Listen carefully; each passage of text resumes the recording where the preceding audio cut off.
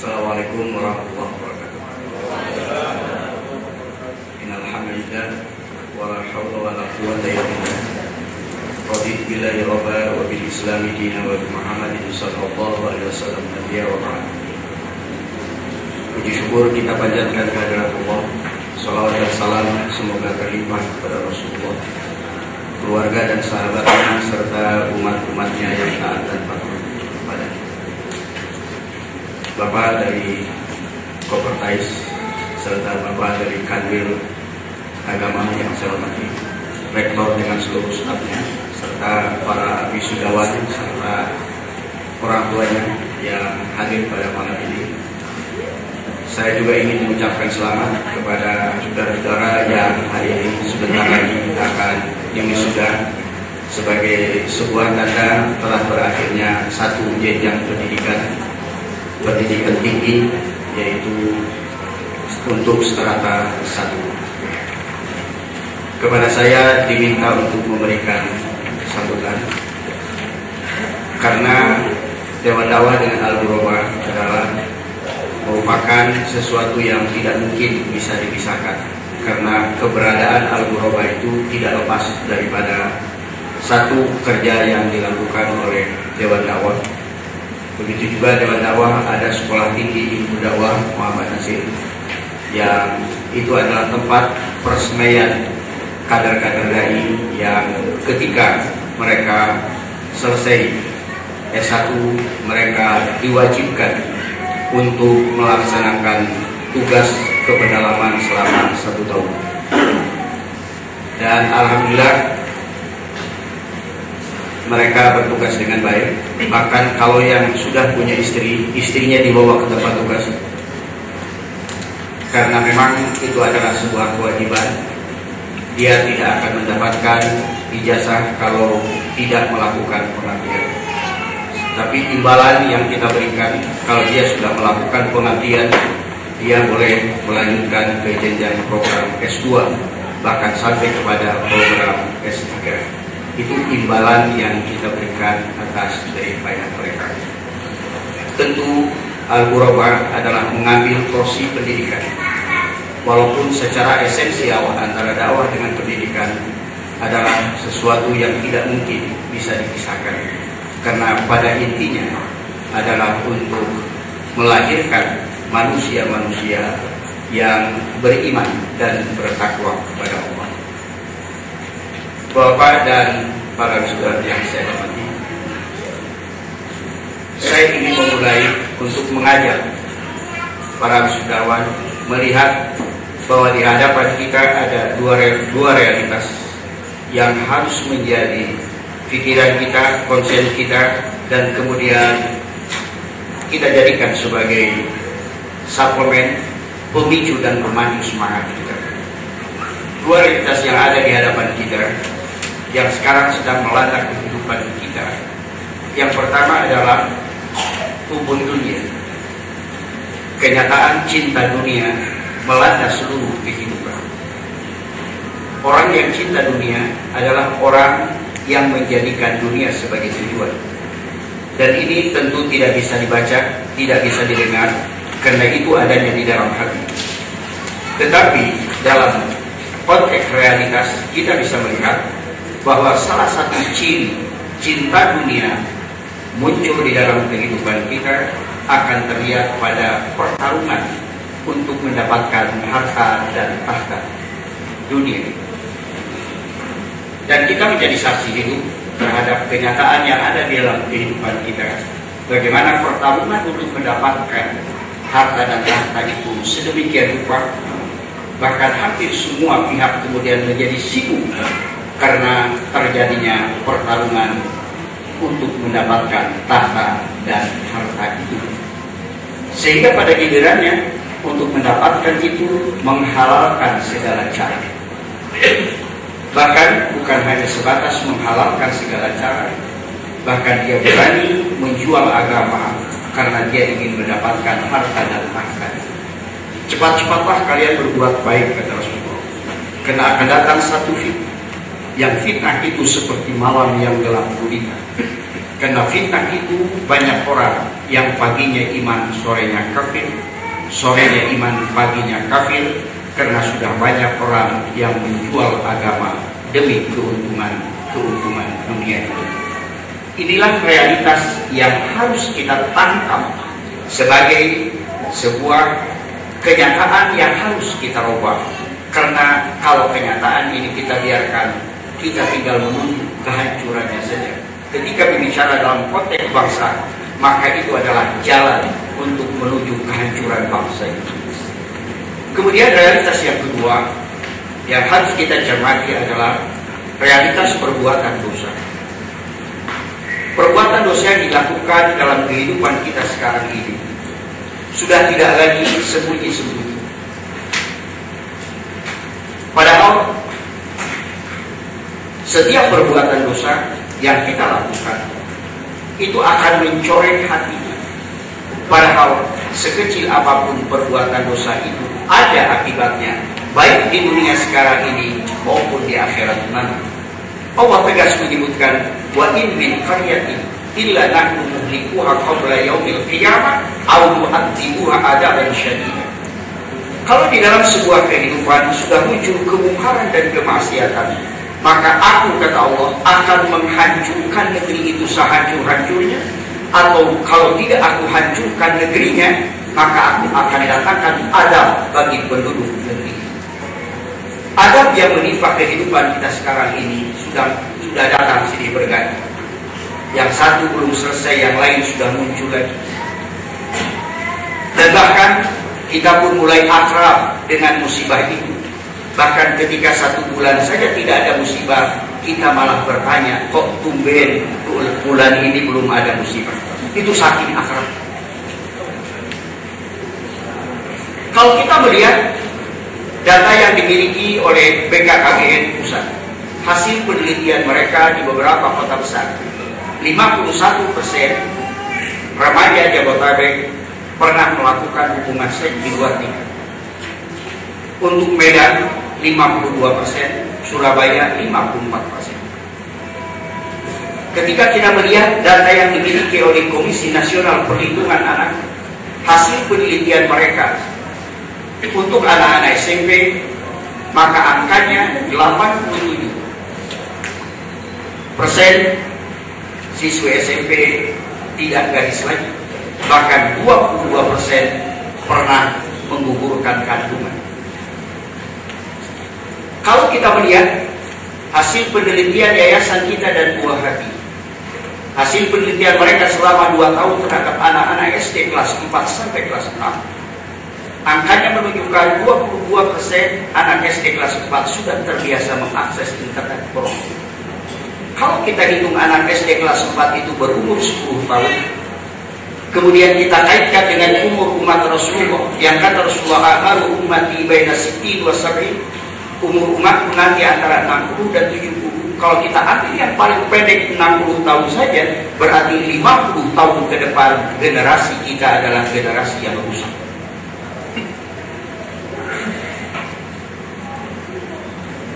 Apa yang menjadi penyebab utama sehingga kehidupan itu munculnya adalah hukum dunia dan perbuatan dosa?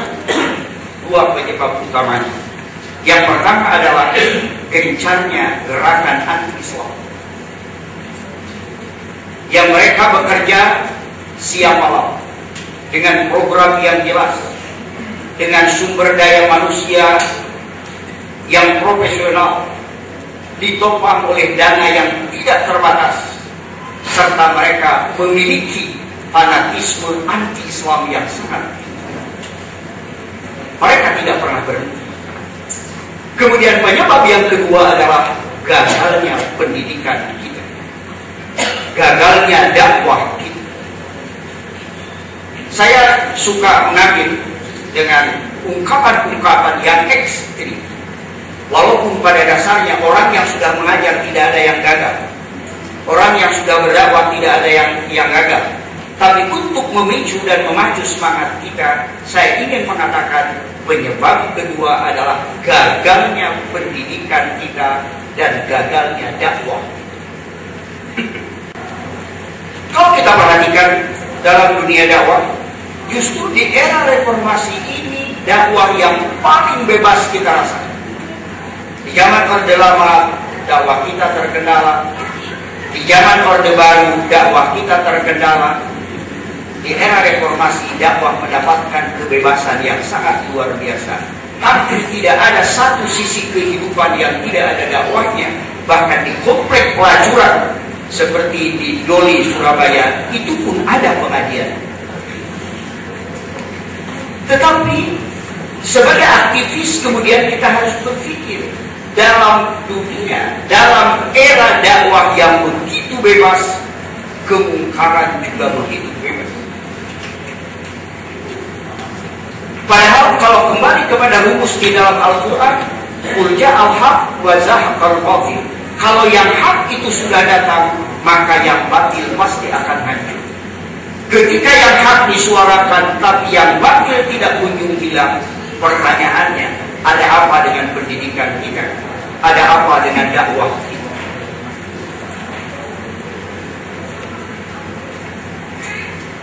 Tentu untuk kita berharap orang-orang yang anti-Islam berhenti bekerja sangat mustahil, karena itu adalah pekerjaan mereka. Target mereka adalah merusak Islam. Karena itu untuk mengimbanginya kita harus menata ulang pendidikan kita, menata ulang dakwah. Tentu di dalam proses penataan ini yang paling pertama kita harus memahami sejak awal bahwa kewajiban mendidik, kewajiban dakwah adalah merupakan kewajiban yang terpikul di atas pundak setiap orang yang mengaku dirinya dakwah. Itu kewajibannya.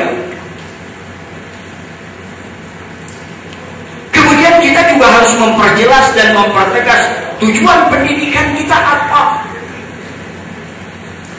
Tentu bagi kita umat Islam, tujuan pendidikan kita adalah melahirkan manusia-manusia yang beriman dan bertakwa kepada Allah. Bukan melahirkan manusia-manusia yang pintar, tapi manusia yang beriman dan bertakwa. Karena kalau dia beriman secara benar, bertakwa secara benar, sudah bisa dipastikan dia akan pintar. Karena Allah sudah menjanjikan wattaqullah wa yu'allimukumullah. Siapa saja yang bertakwa kepada Allah, akulah kata Allah yang akan menjadi guru orang itu. Kalau Allah sudah menjadi guru kita, pasti kita pintar.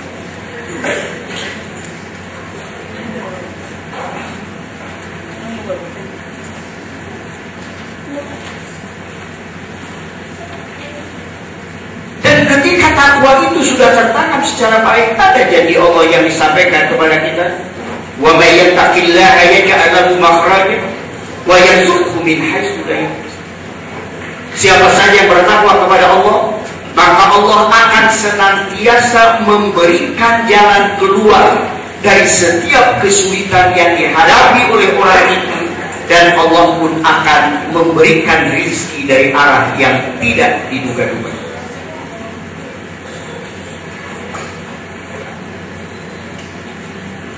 Sarjana pendidikan Islam harus benar-benar mampu menanamkan ini di dalam hati,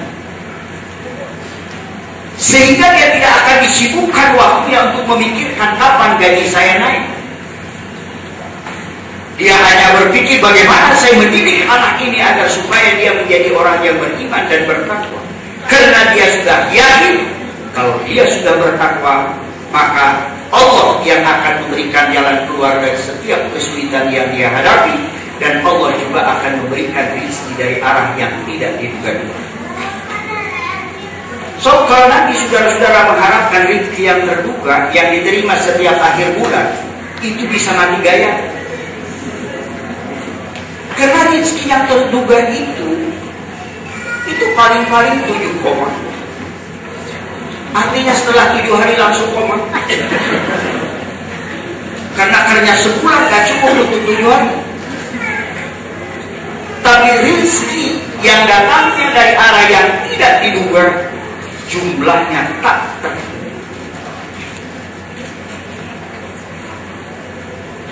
Maka untuk itu unsur yang paling penting dari semuanya itu adalah gurunya.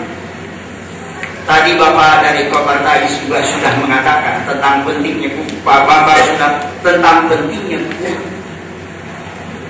Tetapi ada kriteria guru yang betul-betul harus saudara-saudara paham untuk bisa menjadi seorang guru yang sukses.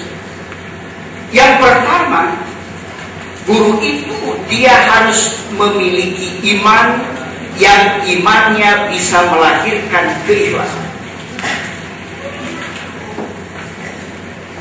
Berarti dia sudah menjual dirinya, mewakafkan dirinya kepada Allah. Dan Allah lah yang akan memperhatikan segala keperluan. So Allah sudah menjadikan wa man yatawakkal 'ala Allah fa huwa hasbuh. Siapa saja yang bergantungnya hanya kepada Allah, Allah lah yang akan memenuhi seluruh keperluan hidup. Jadi imannya bisa melahirkan keikhlasan. Ikhlas adalah perwujudan dari inna sholati wa nusuki wa mahyaya wa mamati lillahi rabbil alamin. Tetapi itu apa yang kita ucapkan itu harus tembus ke dalam hati. So kebanyakan dalam kehidupan kita sekarang ini mulutnya saja yang mengatakan inna sholati wa nusuki, sementara hatinya mengatakan inna sujuki wa kawasaki. Kemudian yang kedua, guru itu harus memiliki ilmu yang bisa melahirkan amal. Artinya seorang guru dia harus menjadi orang yang tidak pernah berhenti untuk belajar.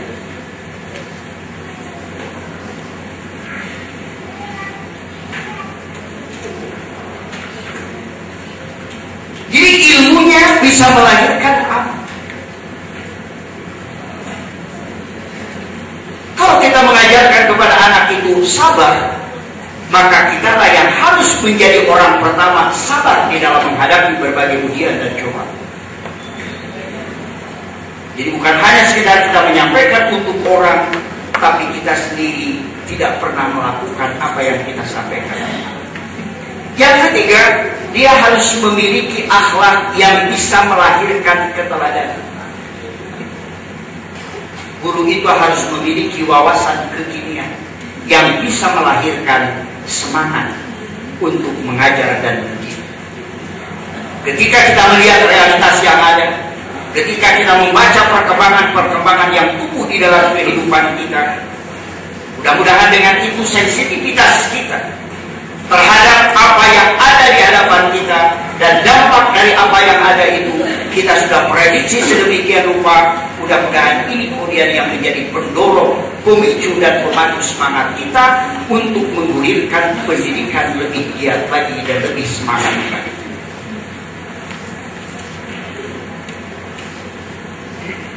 Inilah yang barangkali harus menjadi renungan kita.